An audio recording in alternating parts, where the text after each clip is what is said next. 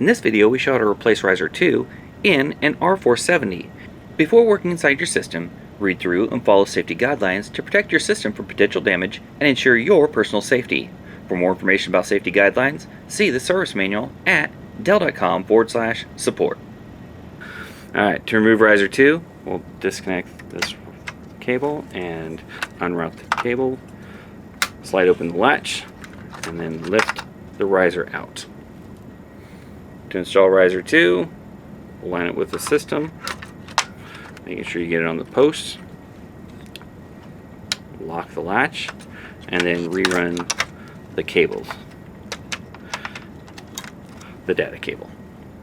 For more information or support about the PowerEdge R470, visit dell.com/support.